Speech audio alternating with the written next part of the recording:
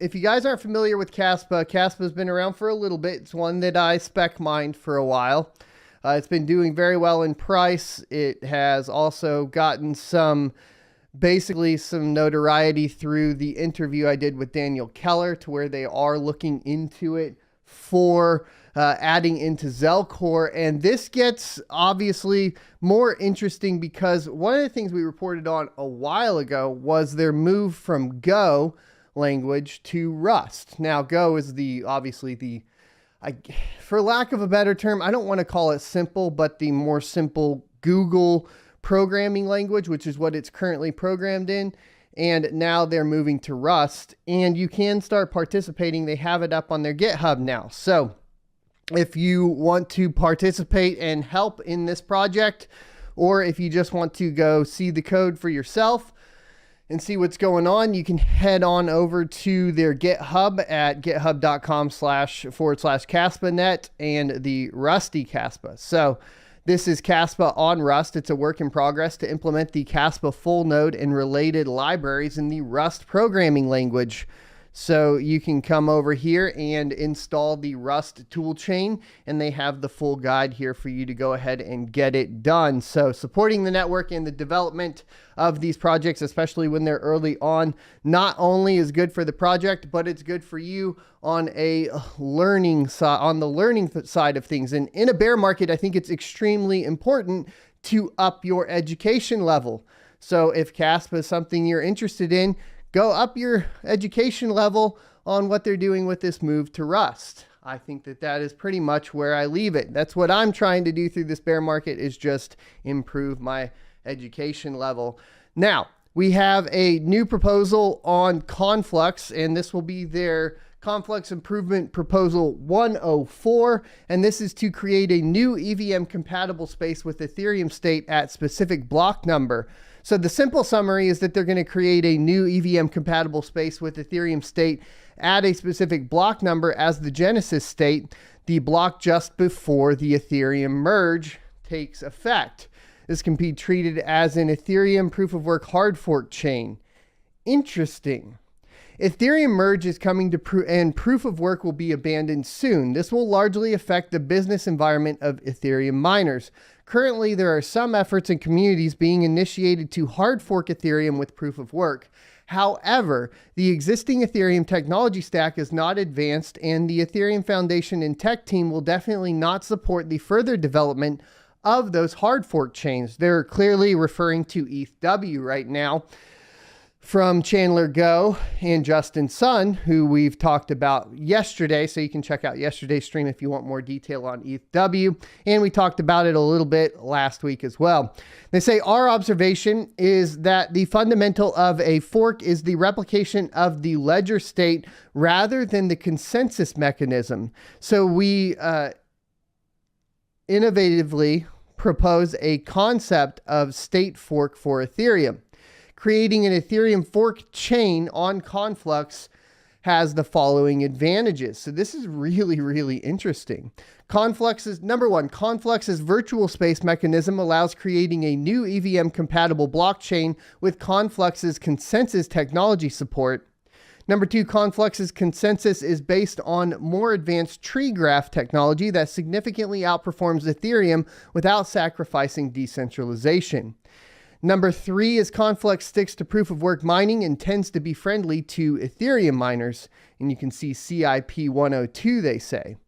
And then four, Conflux Foundation will continue to develop Conflux technology with new innovations. So what they're doing here is not necessarily forking Ethereum, right? But there will be a state fork for Ethereum, and that will create an Ethereum fork chain on Conflux. This is a really interesting move from Conflux moving up to the merge. This one has, in my opinion, a lot more merit than just a straight fork of Ethereum. And it allows for that potential on Conflux to have people essentially move over from the EVM point of view and be able to work within Conflux and within their ecosystem a lot more easily. this is something to keep an eye on, guys, and definitely want to see what their timeline's going to be and so on, as well as if this passes and whatnot. So definitely check this out. This is pretty exciting stuff. It's really interesting. Like I said, I still prefer like the ground up idea than maybe a fork, but this is a little bit different, right? So it's not like they are necessarily just straight up forking Ethereum. They're just taking the state of Ethereum. So a state fork of Ethereum and putting it over here. So it's almost like a backup. I don't know. It's really interesting. I need to do some more studying on it, obviously, but definitely check it out if you get a chance.